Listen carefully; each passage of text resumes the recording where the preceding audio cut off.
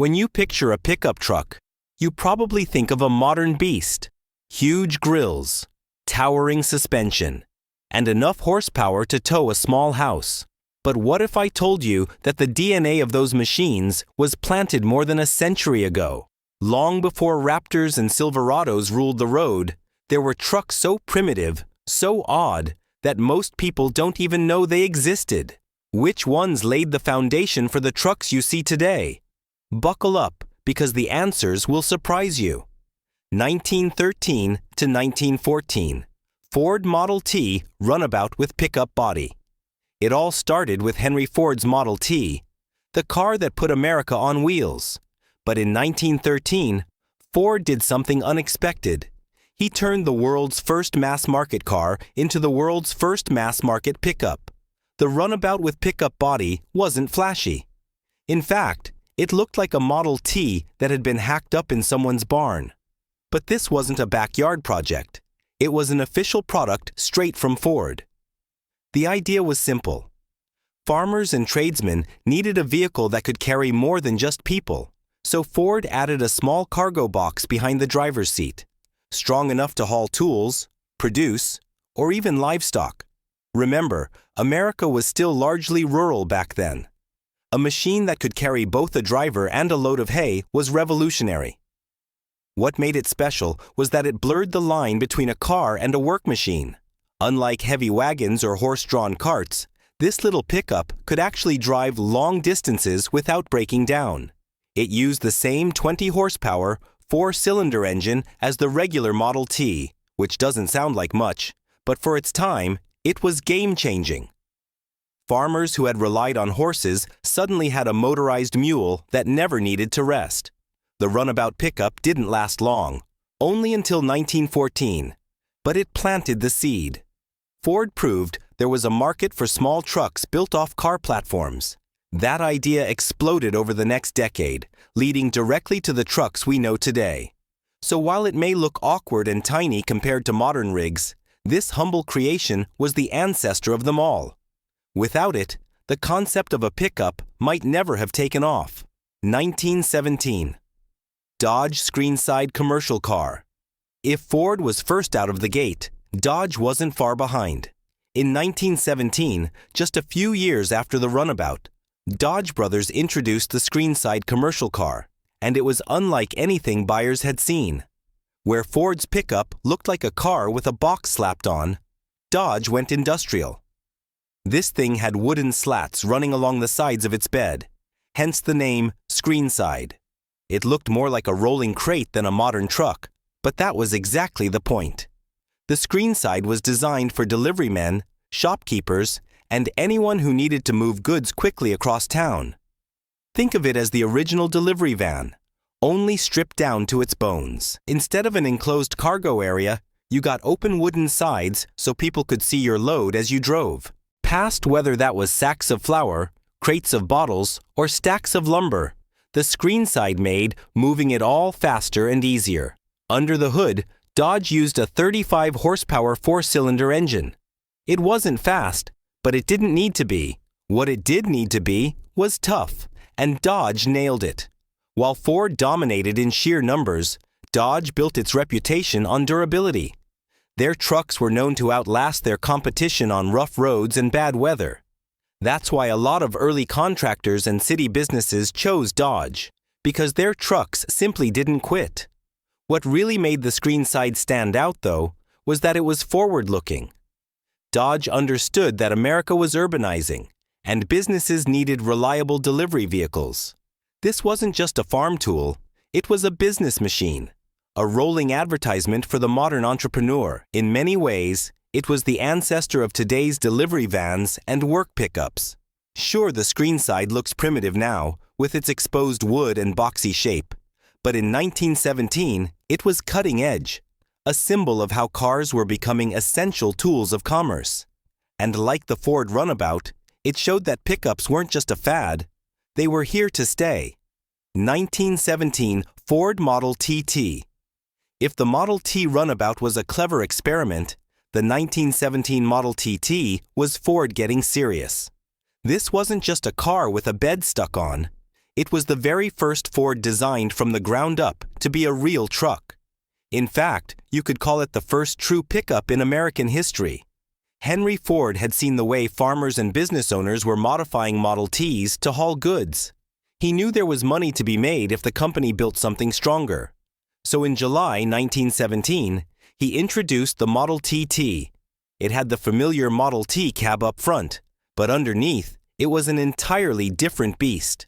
Instead of a lightweight passenger chassis, the TT sat on a rugged frame built to carry 1 ton of cargo, double what a Model T could handle.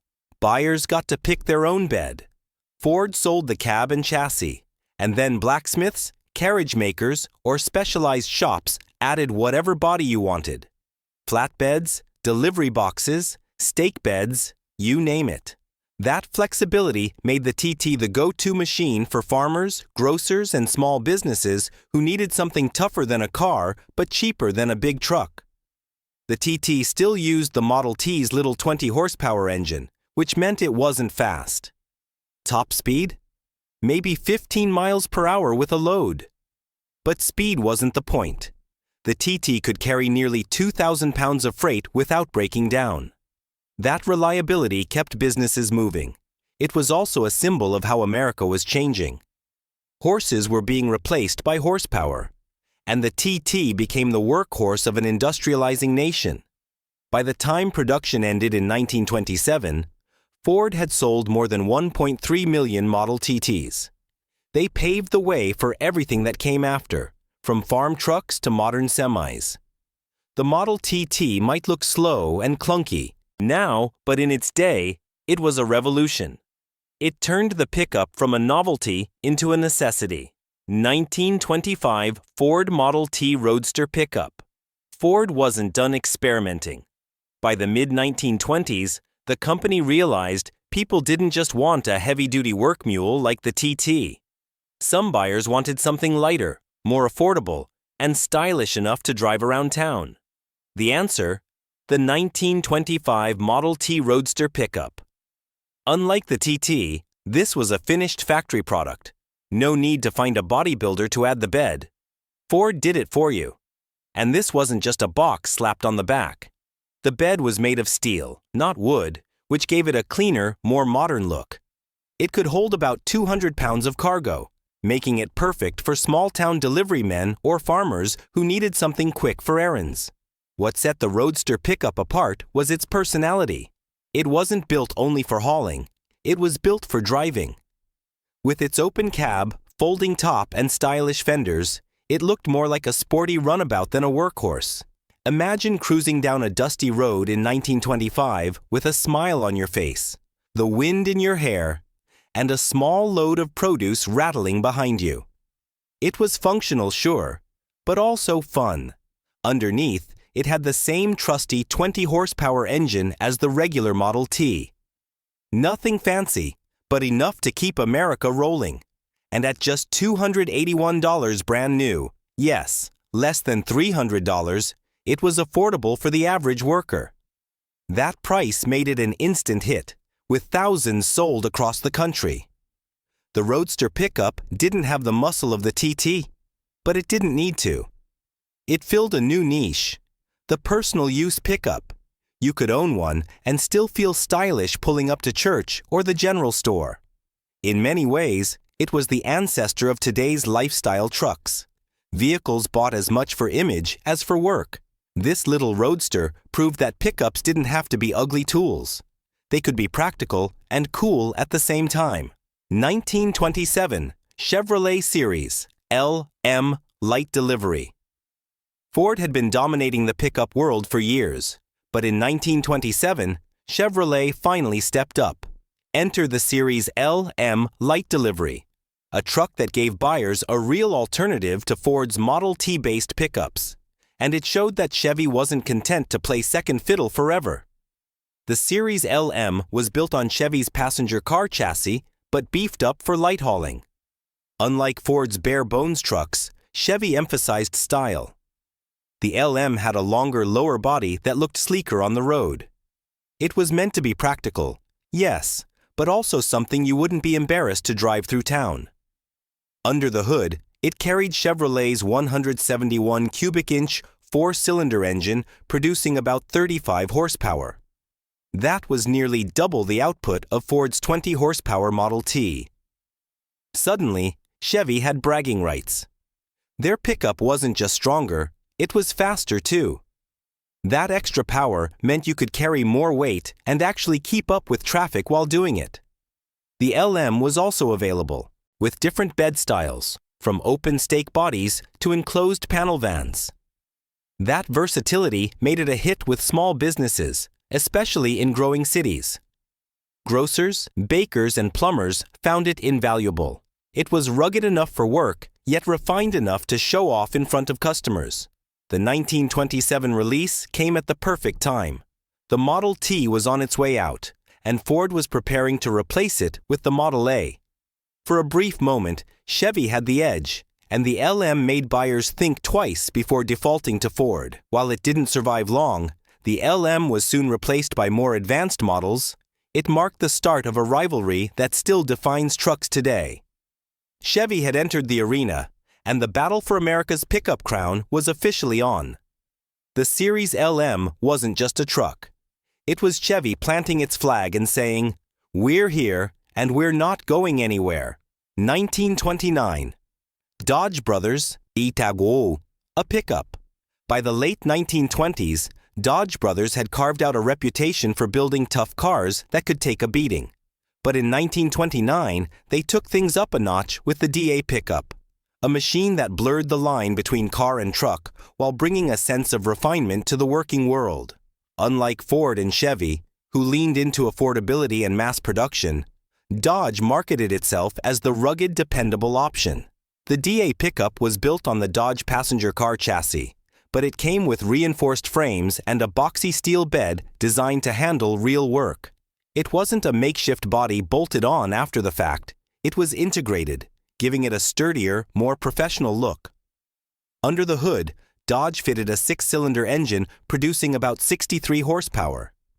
That number might not wow us today, but compared to Ford's earlier offerings, it was a leap forward. The DA could pull heavier loads, climb hills with less effort, and hold up to long hours on rough roads without wheezing. For small business owners and tradesmen, that reliability meant money saved. But here's what really made the DA stand out. It was one of the first pickups to balance work and comfort. Inside, it didn't feel like a rattling tool shed.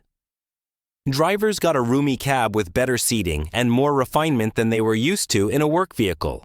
Dodge wanted customers to feel like they were driving a real car, not just a utility wagon. The DA arrived right before the Great Depression, which limited its sales potential. But it set the stage for Dodge's future in trucks, showing that pickups could be both durable and civilized. While Ford and Chevy fought for dominance, Dodge quietly built a reputation with vehicles like this, machines that earned loyalty one driver at a time. The DA pickup may not get the spotlight today, but it was one of the earliest steps toward making Dodge a serious contender in the truck world. 1931, Ford Model A pickup. When Ford retired the Model T in 1927, it was the end of an era.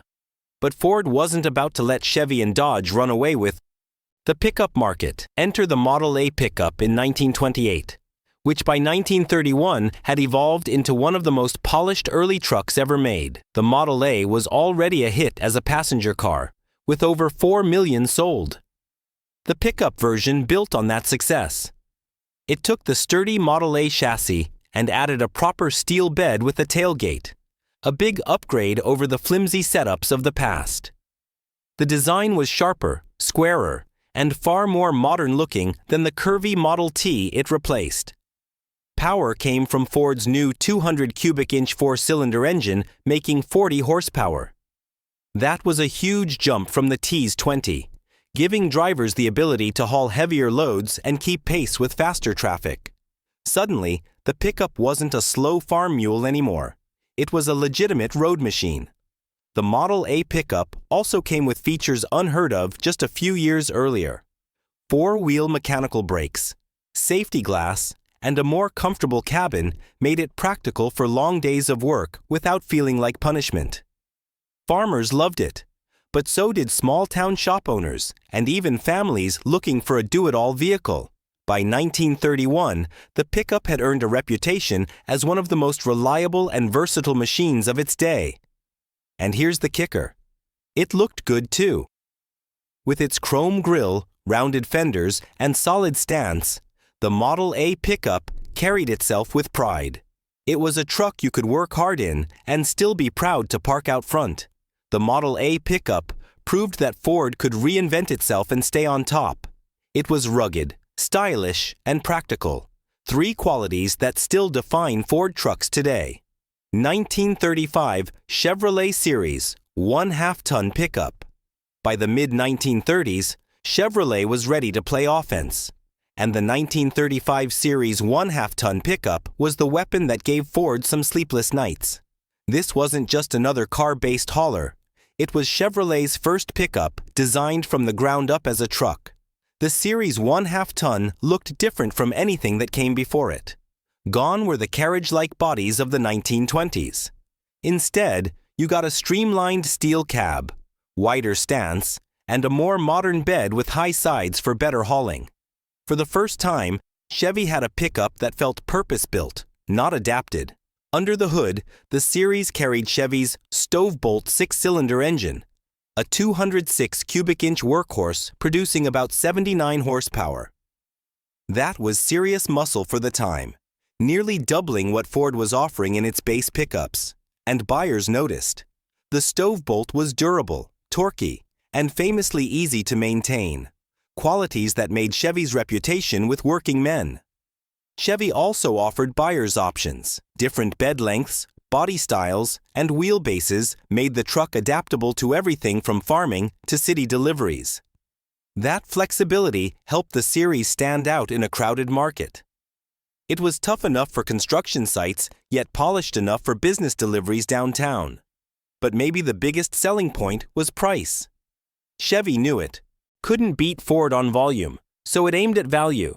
For just a bit more money than a Ford, you got a stronger engine, a sturdier frame, and a truck that would last longer. For many buyers, that sealed the deal. The 1935 Series 1/2-ton was more than just a truck. It was Chevy's declaration of war in the pickup market. It showed they could build something tough, stylish, and practical, all in one package. And it marked the true beginning of the Chevy versus Ford rivalry that still rages today. 1936 Studebaker Coupe Express. Now for something completely different. The 1936 Studebaker Coupe Express wasn't just a pickup. It was one of the most stylish and unusual trucks of its era. Imagine a vehicle that combined the looks of a luxury coupe with the practicality of a pickup bed. That's exactly what Studebaker built. The Coupe Express was based on Studebaker's passenger car platform, and it showed. From the front, it looked like a sleek Art Deco coupe with swooping fenders, a tall grille, and a refined cab. But out back, instead of a trunk, it carried a steel pickup bed with a tailgate. It was part workhorse, part fashion statement. Underneath, the Coupe Express offered a six-cylinder engine producing around 86 horsepower, paired with a 3-speed manual transmission. It wasn't the strongest hauler on the market, but it wasn't meant to be. This was a truck for urban professionals, architects, shopkeepers, and stylish tradesmen who wanted utility without giving up elegance. The interior matched the exterior's flair. Drivers got comfortable seating, a well-finished dashboard, and more refinement than any other pickup of its day.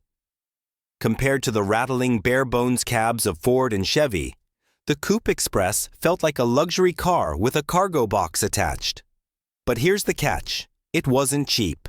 At a time when most buyers wanted simple, affordable trucks, the Studebaker was a premium product.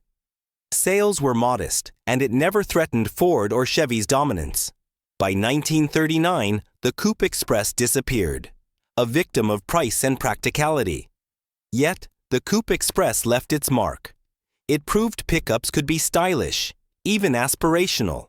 Today, collectors drool over surviving examples, not just for their rarity, but for their daring design. Studebaker may not have won the sales war, but with the Coupe Express, They created one of the most unforgettable trucks of the 1930s. 1938 International Harvester D2 pickup. If there's one truck that looked like it belonged in an art museum as much as on a farm, it was the 1938 International Harvester D2. At a time when pickups were still boxy and plain, International rolled out a design that looked straight out of an Art Deco sketchbook. Sleek, rounded fenders, a waterfall grille, and flowing body lines made the D2 look more like a luxury sedan than a work vehicle. International Harvester was already known for tractors and heavy-duty farm equipment, so their trucks had credibility. But the D2 stood apart by mixing style with muscle. Beneath the hood was a 213 cubic inch inline-six engine putting out about 78 horsepower, enough to handle the jobs farmers, contractors, and delivery men demanded.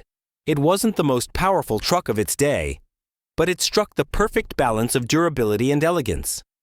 Buyers could choose different wheelbases and bed styles, making the D2 adaptable for everything from farm chores to city deliveries. It was rugged, but it also turned heads, something no other pickup could claim at the time. Imagine a farmer pulling into town in a truck that looked like it belonged on a showroom floor. The D2 made that possible. Sales were modest compared to Ford and Chevy, but International carved out a loyal niche. And here's the kicker. Design elements from the D2 influenced truck styling for decades to come. It showed the world that a pickup didn't have to be ugly to be useful. It could be handsome, even stylish. Today, surviving D2 pickups are highly collectible, admired as much for their sculpted looks as their rugged bones. This wasn't just another work truck. It was proof that utility and beauty could ride together. 1940, Hudson Big Boy Pickup. By 1940, America had no shortage of work trucks. But Hudson decided to think bigger, literally. Their answer was the Hudson Big Boy Pickup, one of the most unusual trucks to ever hit the market. Built on Hudson's passenger car chassis, it was longer, wider, and more imposing than anything else in its class. The Big Boy wasn't just a catchy name. It came with a 7-foot bed, one of the largest of its era, capable of hauling bigger loads than Ford or Chevy could manage at the time. Its styling was also distinctly Hudson. Sleek curves, integrated headlights, and a car-like cabin that made it feel far more refined than the average truck. This wasn't a stripped-down farm hauler. It was a statement. Under the hood, Hudson offered their smooth straight-six engines, delivering horsepower in the 90s, a healthy figure for the time. The Big Boy could handle heavy work, but still cruise comfortably down the highway, something few trucks of that era could claim. The problem? Price. At a time when buyers wanted affordable utility, the Hudson was too expensive for most working-class families and tradesmen. It ended up appealing to a small group of buyers who wanted a truck that looked stylish but still got the job done. Sales were limited, and the Big Boy never threatened the dominance of Ford or Chevy. But for those who owned one, it was a machine that stood apart. Bigger, bolder, and more refined than anything else on the road, the Hudson Big Boy lived up to its name. Today, it's a rare collector's item, remembered as one of the last bold experiments before World War II shifted the entire auto industry toward utility and production for the war effort. 1946, Willys Overland Jeep Pickup. World War II changed everything, including the truck industry. Soldiers had seen what Jeeps could do on the battlefield. And when the war ended, Willys wasted no time turning that reputation into a civilian product. The result was the 1946 Willys Overland Jeep Pickup, a rugged, no-nonsense machine that looked like it had rolled straight off the front lines. This was no polished city truck. It was tall, boxy, and unapologetically utilitarian. Built on a sturdy ladder frame, it came with four-wheel drive, a rarity at the time, and a 63-horsepower Go Devil four-cylinder engine. It wasn't fast, but it could go places other trucks wouldn't dare. Farmers, ranchers, and outdoorsmen loved it. If you needed to get through mud, snow, or rocky trails, the Willys was your best friend. What made the Willys special wasn't just its toughness, it was its timing. In the post-war years, Americans were hungry for civilian versions of the rugged machines they'd seen in Europe and the Pacific. Owning a Jeep pickup wasn't just practical. It was patriotic. It said you valued durability, simplicity, and a little bit of that GI spirit. The Willys also set the template for the modern off-road pickup. While Ford and Chevy trucks were still mostly rear-wheel drive, the Willys made four-wheel drive accessible to everyday buyers. That DNA carried forward into the pickups, SUVs, and off-road rigs we know today. Production ran until the 1960s, but the 1946 original remains the most iconic. It was born from war but built for peace, and it helped redefine what a pickup could be. Not just a tool, but an all-terrain partner in life. So there you have it. 12 of the oldest pickups you probably never knew existed. From Ford's humble runabout with a bed strapped on, to the Art Deco curves of the International D2, to the rugged Willys Jeep that carried wartime grit into civilian life, each tells a story of how America fell for trucks. Which of these legends would you drive? Comment below, hit like, and subscribe, because more untold automotive stories are coming.